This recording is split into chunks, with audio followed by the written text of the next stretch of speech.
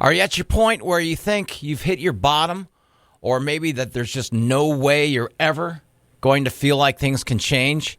I was like that. I really was. And I want you to know, my name is Bromo, by the way. I want you to know that there is a way out. Please join us for my podcasts. Oh, you look at that. Got some new music going on. My name is Bromo. Looking forward to starting this back up again. This is a podcast called There Is a Way Out. For those of you that are familiar with myself and my podcast, I so appreciate in the past all the comments and all the people that listened and passed them on to others. That's what this is for. This is a new plateau, I guess I'm on. Not plateau, you goof. A new platform.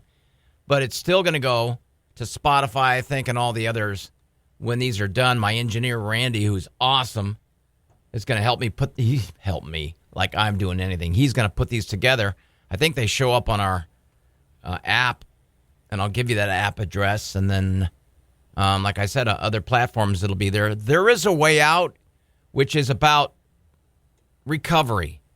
We'll start out with some episodes of my story. And for those of you that have heard it many times, I apologize. You'll have to hear it again.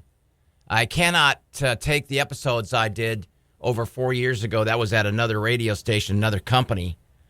So I'm starting over with my own story. Does this make sense?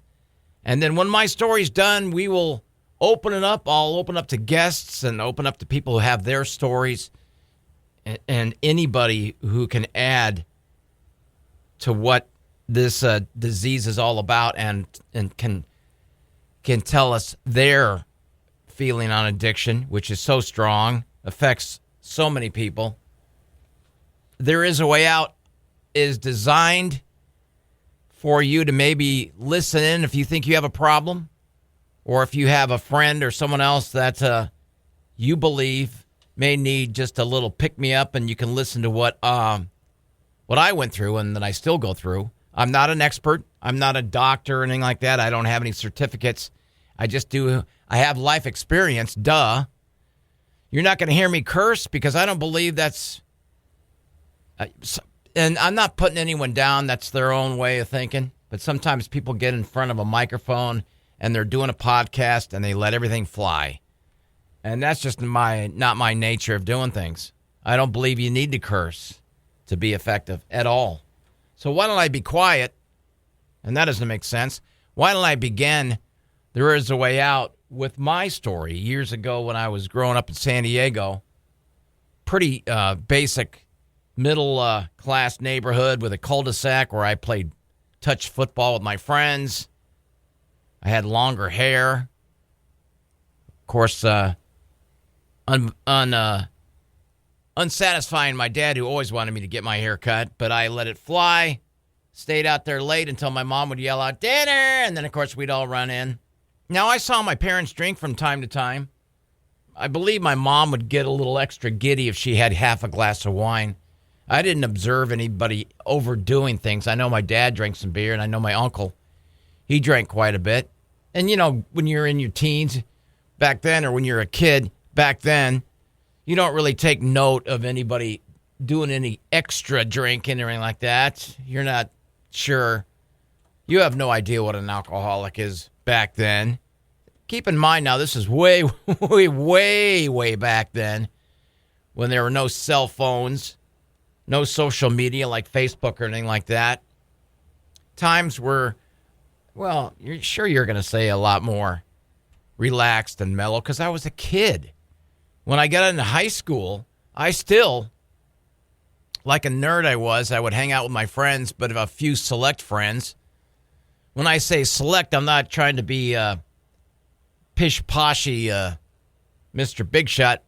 Select friends means that nobody else wanted to be my friends except for a few people.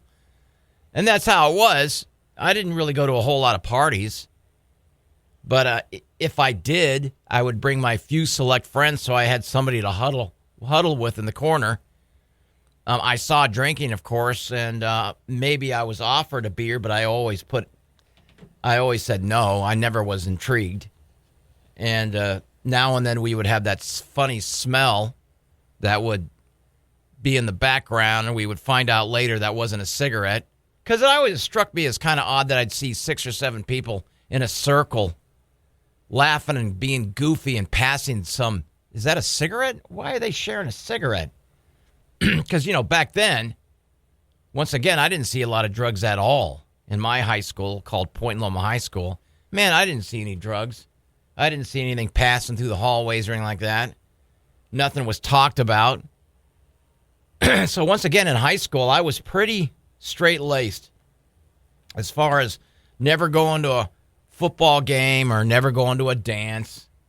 Didn't go to any of my proms or anything like that. I know that's a shocker. It really wasn't.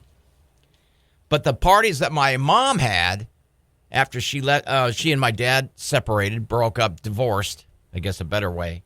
When they divorced, my mom, who had met her second husband, and they were just perfect for each other. That was kind of the mod squad, back in the early 80s, the late 70s. They would have people over wearing goofy-looking Hawaiian shirts or mod-looking shirts with Creedence Clearwater Survival playing in the background.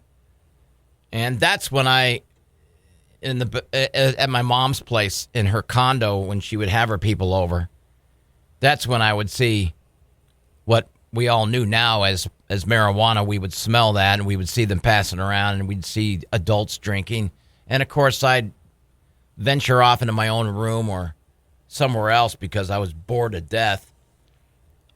Into my later years of my teens, early 20s, my dad and I, we took a year off, he did, from his work as a principal. We moved to Guadalajara, Mexico, and I got into long-distance running. And, of course, maybe I'd see him drink a beer or two, but it was never like he'd go out and buy a 6-pack or a 12-pack or anything like that. I tried to live in a different culture. Couldn't speak any Spanish at all. And I met a gal out there, and she didn't speak any English at all. And that was fun, going on a date. ¿Dónde está el baño? And, of course, I would have to have the guy physically show me where the bathroom was. See, right there, see. Okay. So our dates didn't consist of a whole lot of talking. I trained for my first marathon out there. And, boy, I didn't put a whole lot of miles in because I had no idea what it took to run a 26.2 miles. And I got into running when I was in late high school because I really wanted to do sports. But I was the nerd and no offense to other basketball statisticians, but I was the nerd. I really wanted to play high school basketball, but I was uncoordinated. And so the coach liked me anyway, and he said, why don't you come on over here? I got a job for you. Oh, really? Yeah, I need you to keep statistics for our team. So I kept the statistics for our basketball team. I did. I was the baseball manager, which consisted of everybody making fun of me and this and that. But I love sports, and I was not good at any sports, except for when my dad started getting me involved with running, because he wanted to go out and run, and he didn't want to run by himself. Jogging was what it was called. The running boom back then. So I would jog along with my dad, and the only reason why I would is because he would promise me pizza. We're only going a mile. 20 minutes later. Are we there yet? Oh, just around the corner. Of course, it would turn out to be like 3 or 4 miles we've just run. But what I liked about the running part was it was all how much work you put in by yourself. And I didn't really realize how much I enjoyed that part of it until years later. But so when I moved to Guadalajara, Mexico, I didn't have a whole lot of running underneath me or in me. And I flew back out to San Diego after training for a little bit and ran my first marathon in 4 hours and 7 minutes. Good grief. Let me tell you how painful that is when you're out and about. So into my running career, as I just started running, I trained more and I did this and that more, and I grew more intrigued in how much I could get better at the sport by running more. And I actually joined the Mesa College junior college team. I was the last guy on the team. But I was running more, and I was starting to see some results, which are very encouraging. Still, no drinking. Not even close. I mean, if I came home and there was just a beer and nothing else in the refrigerator, I remember I did that once. It was super hot, and I'm still living with my dad, and we moved to Point Loma at this point. I came home, and I was dying of thirst. And I remember that beer looked really cold in there. I opened it up, and I took 2 swigs, and I almost gagged. Do I have to finish this? And I tried to finish it, and it was awful. And it's funny thing is, because my dad came home probably craving that one beer. David, where's the beer? Did you touch the beer in here? There was 1 beer in here. And I think I lied and said that I accidentally hit it over and hit in the ground, and it opened and flew all over the place. But I'm even sure, even if I told him that I had a couple of sips, he wouldn't have cared. But I wasn't into drinking. Not at all. If we went out with my sister, I would have a Diet Coke or water or whatever. And he would have his beer. Even when I got into my 20s. Carrie, my sister, Carrie, I'll have a glass. You want a glass of wine? I'll take a draft beer, and my son, he'll have a Coke. Put a cherry in there. I remember when I did start drinking, and the first time I ever said, no, Dad, I'll take a beer. It shocked him. Because I don't think he thought that I was ever even close to even wanting a beer. So I had no tendencies at all to drink. None. I didn't see, like I said before, I saw pot here and there now and then, but didn't have any tendencies to even try that. Maybe if it was offered to me, I was too scared or something like that. No thought process on getting high or getting drunk. As a matter of fact, when I finally did have a couple of drinks once, it was only because a friend of mine said, hey, you want to come over? With another goofy friend 3 blocks down the street. And we raided his parents' bar.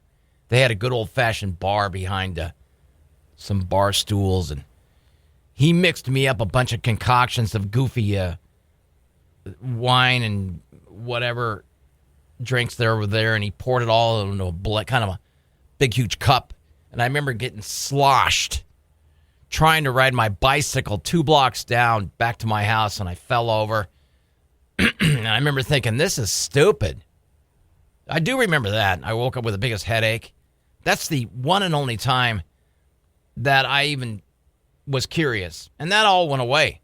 That all went away until my running career, as it progressed, and I got better and better and better at it, my running came to a halt when a sciatic nerve said, you're not going to run anymore. It put a damper to my marathon training. My next segment, my next episode, if you will, I'll tell you how I learned that I'm one of those persons that's addictive personality. That led to my very first ice-cold beer in a restaurant, behind the scenes in a restaurant. Once again, my name is Bromo. I'm thrilled to be part of this There Is a Way Out. Stay with me, won't you? Because my story will continue, and we will hear from others as we continue down this path right here with us. By the way, you can listen to my podcast on our 96.5 The Walleye app. Download that for free. There Is a Way Out is really my goal, is to have someone who thinks they're on the fence to listen in on this as we progress through segments and segments, to give yourself a try and realize that, yeah, there is a way out.